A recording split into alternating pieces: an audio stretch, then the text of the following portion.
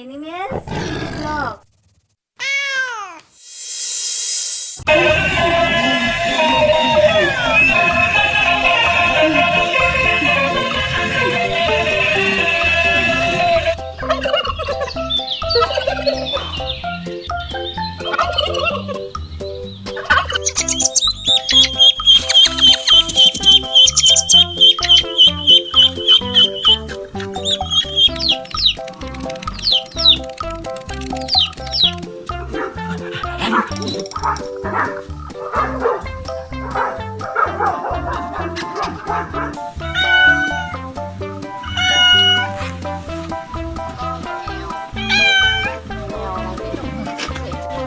Con vật gần gũi và sống tình cảm với con người.